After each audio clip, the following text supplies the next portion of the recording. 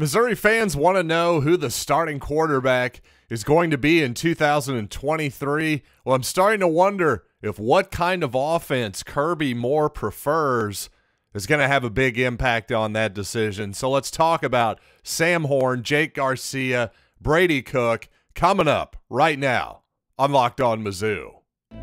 You are Locked On Mizzou, your daily podcast on the Missouri Tigers, part of the Locked On Podcast Network.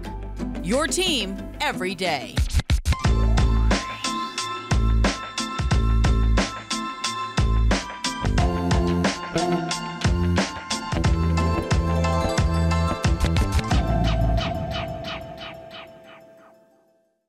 Hey, all you true sons and daughters, I'm John Miller, your Mizzou mafioso and the central scrutinizer of Missouri Tigers football and basketball. Thanks for making this show your first listen, and thanks for telling a friend to go to LockedOnMizzou.com to find your links to YouTube, Spotify, Apple Podcasts, and of course, Amazon Music, where you can listen to this show ad-free as well. All of you are Prime subscribers. That is included, whether you are aware of it or not. So check it out if you're tired of hearing my always excellent ad reads. If so, what's wrong with you? But no, seriously, that is an option for you. But of course, we've been talking a ton of basketball on this show lately. So let's talk a little football with a couple days to go before Missouri tips it off on the hardwood once again. And I've been thinking, of course, about the quarterback position. And I have to say, the one thing I noticed taking a little bit of a dive into what Kirby Moore did as an offensive coordinator last year for Fresno State, well, he seemed fairly adaptable. He adapted to whatever the circumstances were around his team and for the opponent that week. So that's the good news. Now, I will say when it comes to the quarterback position, in some way I'm a little bit less adaptable than I used to be.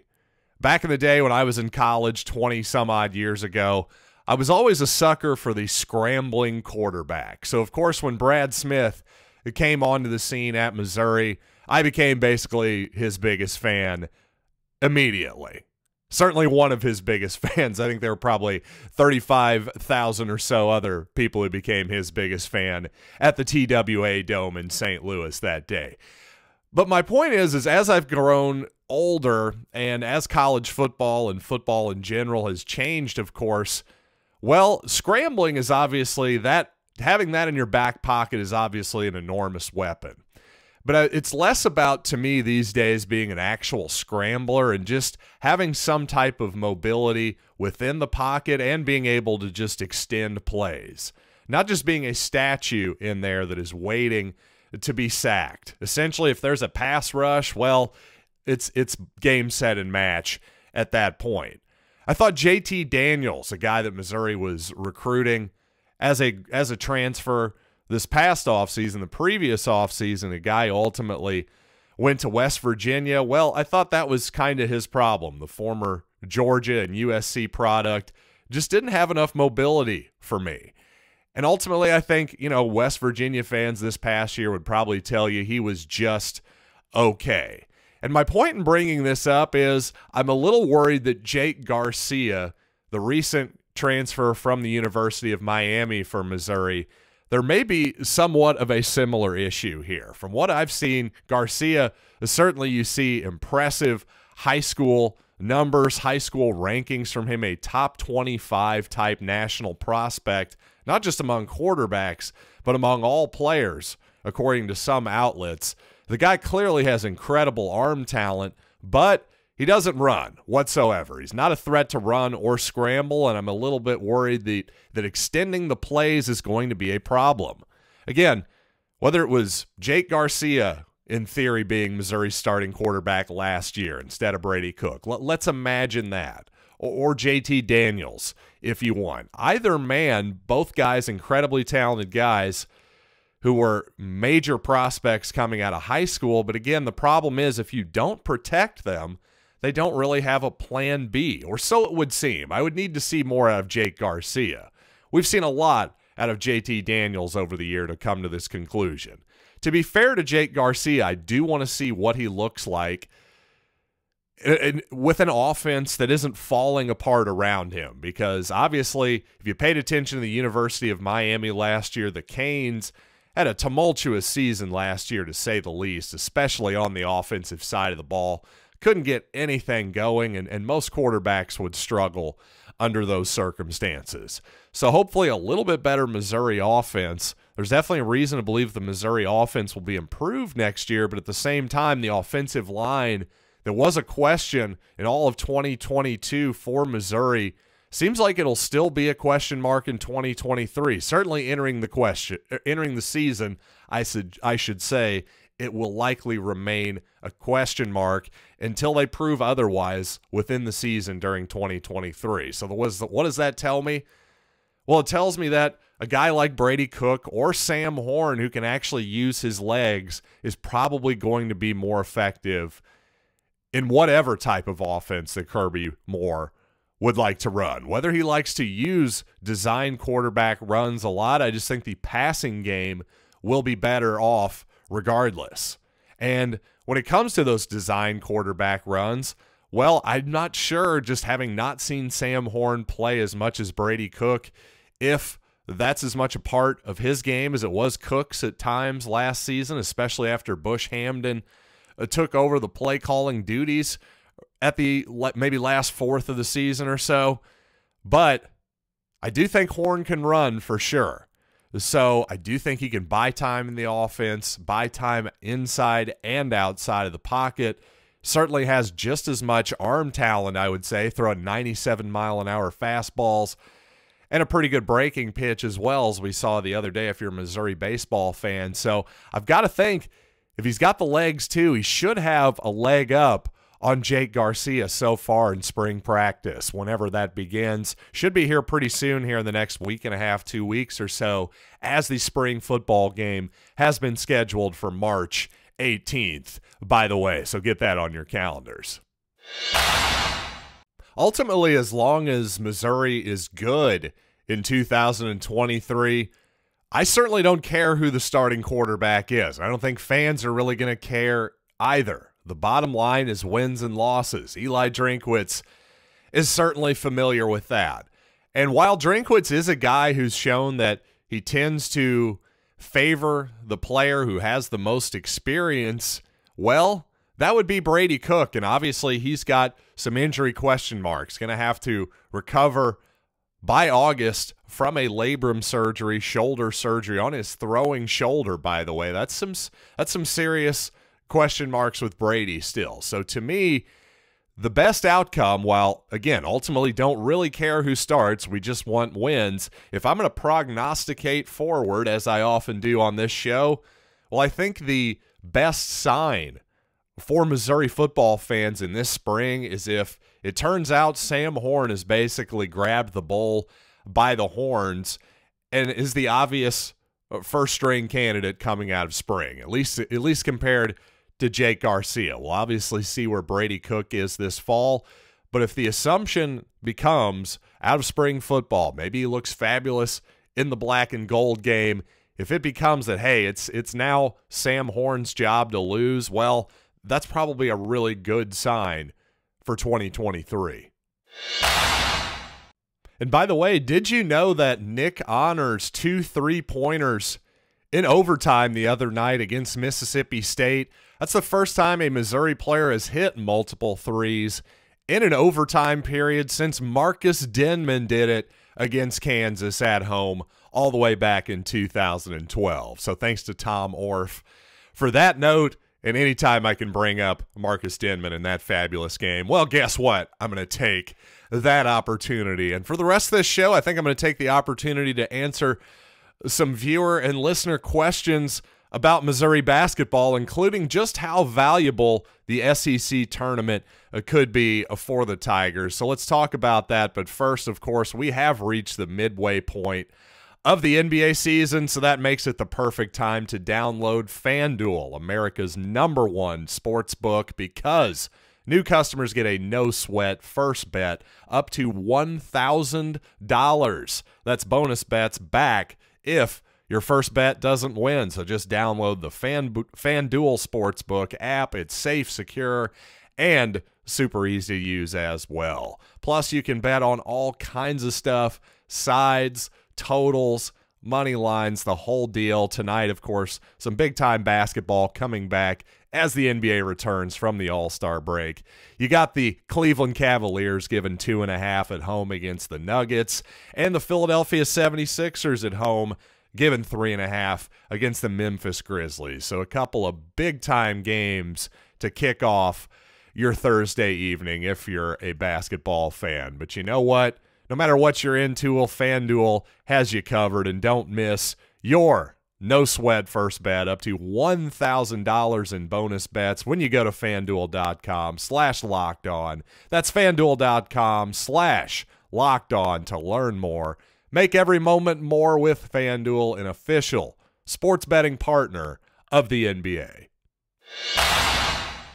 Thanks for making Locked On Mizzou your first listen every day. Also, check out Locked On College Basketball for everything you need to know about college hoops in one place. That's Locked On College Basketball, available on YouTube and wherever you get finer podcasts. So, how about some questions from you, my fine fans? And this one comes from Stacy.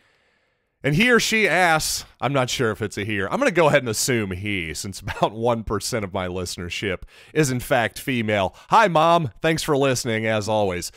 But Stacy asks, how potentially valuable are SEC tournament games to Missouri this season? Well, Stacy, to be honest, not as much as you might think. And even I think, have maybe been guilty of overemphasizing the double bye in the SEC tournament a little bit, getting that top 4 seed. Now, in terms of actually getting into the NCAA tournament, clearly if Missouri gets that 4th seed, well, they gonna be dancing. So that's the happy part of that. But when it comes to the SEC tournament, I think you can look no further than Texas A&M. Just last season, went in to the SEC tournament 9-9 overall, made a run, won 3 games in the SEC tournament, making the finals, and yet was ultimately left out of the big dance. So obviously those games looked at by the committee are not bonus games. They're looked at as just one more game, essentially. And not only that, it sure seems like in recent years, by about Saturday afternoon or so, the committee, for better or worse, they seem to have more or less put in their votes, put the brackets into ink, and have kind of turned off the TVs at that point. Because certainly by Sunday, when the champion of the SEC is decided, well, there's not really a lot of impact there. It doesn't seem like. Now, it may have some impact on your seeding a little bit to some extent, but it just doesn't seem like it has as much of an impact on whether or not you make the field of 64 and or 68 as it used to. So that's what I would say. For instance, if Missouri happens to play Arkansas and beats Arkansas, well, obviously that's a really good win. But it was a good win when Missouri beat Arkansas in Columbia. I don't know that it's any more special other than the fact that, yeah, it's a neutral site. It's not home, it's not away, so it's kind of somewhere in between. At least that's how most models and most observers, committee members are probably going to look at it. So the idea, I think maybe in the past, I think if you made a deep run, even if you just got into the championship game, something like that, you didn't actually get the automatic berth. It seemed like back in the day that was there was a little bit more emphasis put on these conference tournaments. But nowadays, it seems like it's just as important as a game in December, as Texas A&M found out last year. Also, I had a couple commenters on YouTube, one John and one Andrew, who took umbrage with my comparison of this year's team to the 17 and 18 Missouri Tigers. Of course, Conzo Martin's first year, the Michael Porter Jr. season, if you will. And I was kind of surprised by the amount of pushback I got on that. In fact, John said that team sucked and that this year's team is, quote, light years better. And I just didn't quite understand that reaction there. I think that's a bit of recency bias, to say the least, there, to act like that there's no comparing those two teams. Well, quite honestly, if you want to look at it objectively, just look at the KenPom statistics. Well, actually, the 17-18 team was better. Right now, Missouri currently 62 in those rankings. Again, I'm not saying KenPom is the end-all, be-all by any stretch of the imagination. But that 17-18 team ended up 40th in those rankings, and there's an obvious reason for that. While this year's Missouri team, if you're going to say there's no comparison in terms of offense, well, I would agree. Certainly this year's Missouri team is much better than a few years ago. Konzo's first team, we're comparing obviously Dennis Gates' first team to Konzo Martin's first team. Well, offensively, this team's much better. But Konzo's team was far, far better. You could even say light years better in terms of rebounding and defense. And when you put all of that stuff together, well, you've got an argument at the very least. Again, I'm not saying the KenPom thing is the end-all, be-all. I just think there's a real argument there one way or the other. I just think the idea that, well, one of these teams was light years better than the other, come on now, let's take it down a notch. I know we're really excited about Dennis Gates, and we soured on Konzo Martin eventually, but let's not that completely cloud our memories.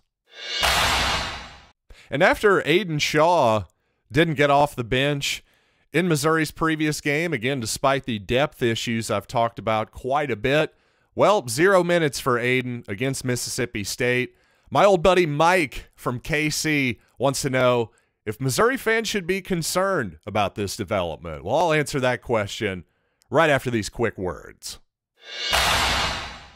Well, again, Mike from KC, my old buddy, asks, should we be concerned about Shaw getting no minutes? And quickly on Twitter, I just said, nah, he's going to be really good. Well, allow me to expand upon that just a little bit, because the reason I'm not concerned is because, well, there's been one guy that I've kind of compared to Aiden Shaw this entire time. A lot of it's athletic profile, body type, some of it's personality, I suppose, though that's probably going a little far. More like just athletic profile and body type.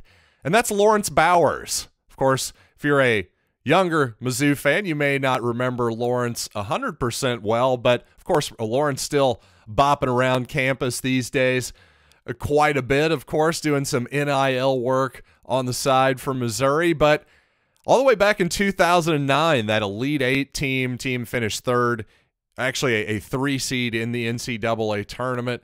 I should say this is all the way back in the Big 12 days, of course. Well, Lawrence Bowers actually played fewer of a percentage of minutes than Aiden Shaw has so far this year.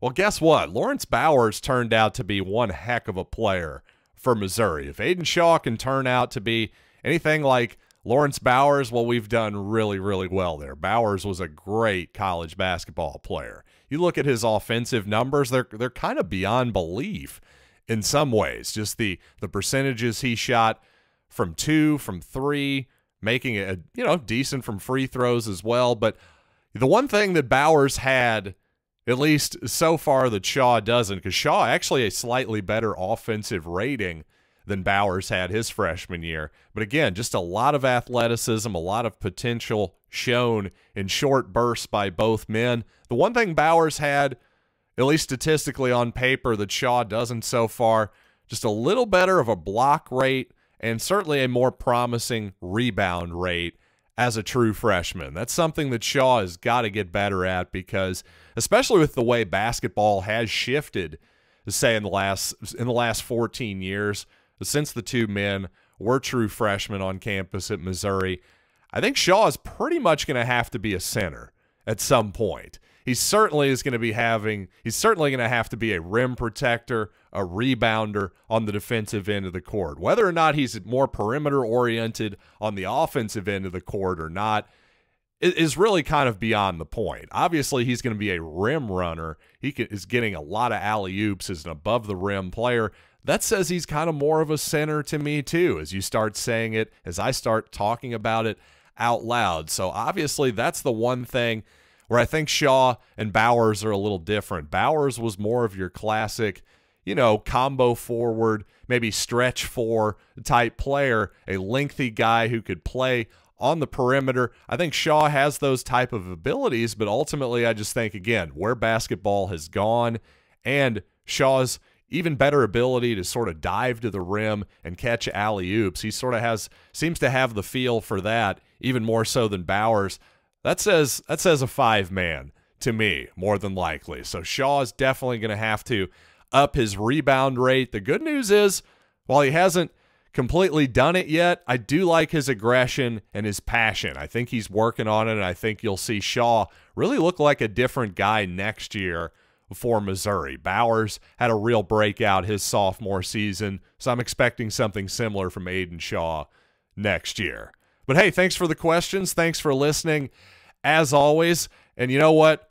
Once again, check out Locked On College Basketball for everything you need to know about college hoops in a nice, tidy 25 or so minute package. Again, that's Locked On College Basketball, available on YouTube and wherever you get your podcasts. So, until next time, I'm John Miller, and this has been Locked on Mizzou.